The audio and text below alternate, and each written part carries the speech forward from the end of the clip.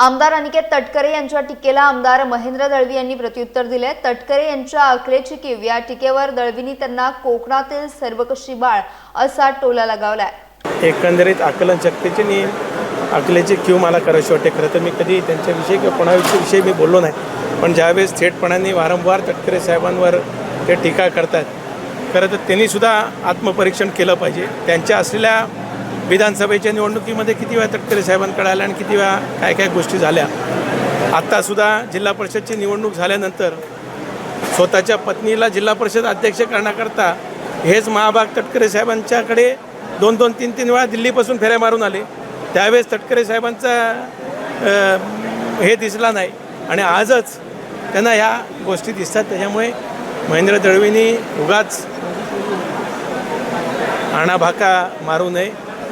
जरूर त्यांनी त्यांच्या पद्धतीने जे काय राजकारण असेल ते करावं, पण आज महायुती म्हणून तटकरे साहेबांनी जी काय भूमिका बजावली त्याच्यामुळे निश्चितच रायगडच्या पालिकेवरील पदाच्या बाबतीतला आग्रह राष्ट्रवादी काँग्रेस पक्षाचा जरूर होता, पण ज्यावेळेस एक स्ट्रॅटर्जी राज्य पातळीवर देश पातळीवर त्या ठिकाणी ठरते, आदरणीय नेते मोदी साहेब असतील, आदरणीय अमित भाई असतील, देवेंद्रजी असतील, एकनाथराव शिंदे साहेब असतील, सुनेत्र राठी असतील, यांनी एखादा विषय महायुतीसाठी त्या ठिकाणी धरला आणि त्याच्यामध्ये सकारात्मक तटकरे साहेबांनी जर अनुमोदन दिलं असेल तर त्याच्या बाबतीतलं श्रेय किंवा इतर गोष्टींचा विचार त्या ठिकाणी करण्याची गरज नाही।